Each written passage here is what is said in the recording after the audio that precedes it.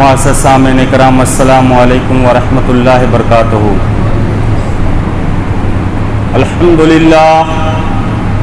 الحمدللہ کفا وسلام علی عبادہ الذین اصطفیٰ، اما بعد فاعوذ باللہ من الشیطان الرجیم، بسم اللہ الرحمن الرحیم۔ هل أتى على الإنسان حين من الدهر لم يكن شيئا مذكورا۔ صدق الله مولانا العظیم وصدق رسوله النبي الأمين الكريم، ونحن على ذلك لمن الشاهدين والشاكرين، والحمد لله رب العالمين۔ آئیے سب سے پہلے ہم اور آپ آقا نامدار، مکی و مدنی کے تاجدار، احمد مختار محمد مصطفیٰ صلی اللہ علیہ وسلم کی بارگاہ ناز میں درود و سلام کا ہدیہ پیش کریں اور پڑھیں بآواز بلند، اللہم صلی علی سیدنا شفیعنا بارک وسلم، صلاۃ و سلام علیک یا رسول اللہ، صلاۃ و سلام علیک یا حبیب اللہ۔ معزز سامعین کرام، آج محرم الحرام کی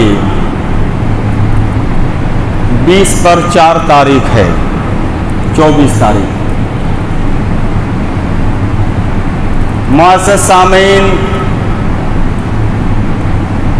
آج میری تقریر کا موضوع سخن ہے اللہ کے ولی سے محبت کرنے کا ہمیں اجر کیا ملتا ہے، قرآن و حدیث کی روشنی میں۔ دیکھیے، میں نے جو آیت کریمہ کا ترجمہ کیا ہے، اس سے پہلے اللہ تعالیٰ سورہ بقرہ میں ارشاد فرماتا ہے، کنتم امواتا ثم یحییکم، کنتم امواتا فاحیاکم ثم یمیتکم ثم یحییکم ثم الیہ ترجعون۔ اللہ تعالیٰ ارشاد فرماتا ہے، کنتم امواتا، تم کیا تھے؟ مردے تھے۔ تم سب کے سب پہلے کیا تھے؟ مردے تھے، عدم میں تھے۔ ثم یحییکم، پھر اللہ نے تم کو زندہ کیا۔ پھر اللہ نے تم کو کیا کیا؟ زندہ کیا۔ تم عدم میں تھے، پھر رب نے تم کو زندہ کیا۔ ایک بات میں آپ کو بتا دوں کہ ہمارا وجود یہ ممکن ہے، سمجھ میں آ رہی ہے؟ ہمارا وجود کیا ہے؟ ممکن ہے۔ ممکن اسے کہتے ہیں کہ پہلے نہ تھے، پھر ہوئے، پھر ختم ہو جائیں گے، اسی کو ممکن الوجود کہا جاتا ہے۔ رب کا وجود یہ واجب ہے، اللہ کا وجود جو ہے یہ کیا ہے؟ واجب ہے، ہمیشہ سے ہے، ہمیشہ رہے گا، کبھی ختم نہیں ہوگا۔ سمجھ میں آئے؟ تو جو پہلے نہ تھا اب ہے وہ مخلوق ہے، اور جو ہمیشہ سے ہے اور ہمیشہ رہے گا وہ خالق ہے۔ وہ کیا ہے؟ خالق ہے۔ تو اللہ تعالیٰ ارشاد فرماتا ہے، کنتم امواتا، تم سب کے سب مردے تھے۔ کیا تھے؟ مردے تھے۔ فاحیاکم، تو تم کو رب نے زندہ کیا۔ کیا کیا؟ رب نے تم کو زندہ کیا۔ کیسی زندگی؟ ماں کے پیٹ میں تم نطفے کے ذریعہ آئے، سمجھ میں آئی؟ اس کے بعد پیدائش ہوئی۔ پھر رب فرماتا ہے ثم یمیتکم، پھر تمہیں رب مار دے گا، پھر تم مر جاؤ گے، پھر تم پر ایک موت آئے گی، سمجھ میں آ رہی ہے نا؟ اور جب موت آئے گی اور سب لوگ تمہیں قبر میں لے جا کے ڈال دیں گے، مٹی ڈال دیں گے، تو پھر رب فرماتا ہے ثم یحییکم، پھر رب تمہیں زندہ کرے گا۔ اب کچھ لوگ سمجھتے ہیں کہ یہ زندگی جو ہے حشر میں ہے، کیا ہے؟ حشر میں اٹھایا جائے گا، نہیں، حشر میں نہیں، بلکہ جب لوگ تمہیں مٹی کے اندر دفن کر دیں گے اسی وقت تمہیں کیا کیا جائے گا؟ زندہ کیا جائے گا۔ اس لیے کہ آگے پھر نص ہے ثم الیہ ترجعون، اور پھر تم اس کی طرف پلٹائے جاؤ گے۔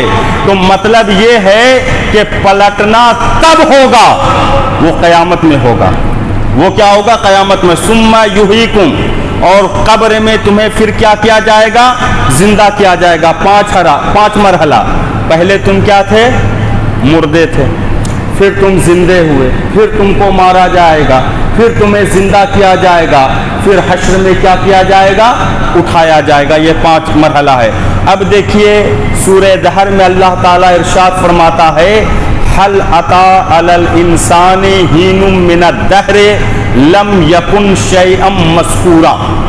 اس کا ترجمہ کیا ہے؟ بے شک آ چکا انسان پر ایسا وقت بھی زمانے میں کہ نہ تھا کچھ قابل ذکر، یعنی انسان پر ایک ایسا وقت گزرا ہے کہ اس کا ذکر نہیں تھا، انسان کا ذکر نہیں تھا۔ اب دیکھیں یہاں پر 2 چیزیں ہیں، انسان مذکور ہونا اور ہے، موجود ہونا اور ہے۔ مذکور ہونا اور ہے اور موجود ہونا اور ہے۔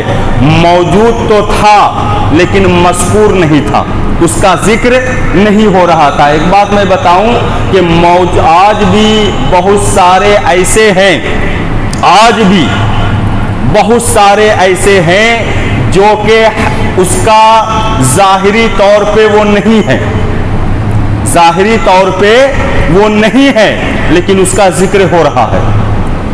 سمجھ میں آ رہی ہے نا؟ حضور غوث اعظم رضی اللہ تعالیٰ ظاہری طور پر نہیں ہے، روحانی طور پہ موجود ہیں، روحانی طور پہ کیا ہے؟ موجود ہیں، لیکن اس کا ذکر ہو رہا ہے۔ حضور غریب نواز ظاہری طور پر نہیں ہے، سمجھ میں آ رہی نا، لیکن پھر بھی اس کا کیا ہو رہا ہے؟ ذکر ہو رہا ہے۔ حضور تارک السلطنت سید مخدوم اشرف جہانگیر سمنانی رضی اللہ تعالیٰ ظاہری طور پر نہیں ہے لیکن اس کا ذکر ہو رہا ہے۔ تو پتہ کیا چلا کہ بہت سارے ایسے لوگ ہیں کہ ظاہری طور پر نہیں ہے لیکن پھر بھی اس کا کیا ہو رہا ہے؟ ذکر ہو رہا ہے۔ اور بہت سارے ایسے لوگ ہیں جو زمین پر چل رہے ہیں، کھا رہے ہیں، پی رہے ہیں، بات کر رہے ہیں، سب چیز کر رہے ہیں لیکن اس کا ذکر کوئی نہیں کر رہا ہے، کوئی اس کا ذکر نہیں کر رہا ہے۔ تو پتہ کیا چلا کہ قبر میں جو زندہ کیے جائیں گے وہ ایسے لوگ ہوں گے جو دنیا میں ذاکر تھے، وہ قبر میں بھی زندہ ہوں گے اور دنیا میں اس کا ذکر ہو رہا ہوگا۔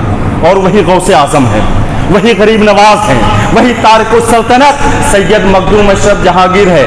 ایک بات میں آپ کو بتا دوں کہ مذکور ہونے کے لیے ذاکر ہونا ضروری ہے۔ کیا ہونا ضروری ہے؟ ذاکر ہونا ضروری ہے۔ جب آپ اللہ کا ذکر کریں گے، کس کا ذکر کریں گے؟ اللہ کا ذکر کریں گے، سمجھ میں آ رہی ہے نا؟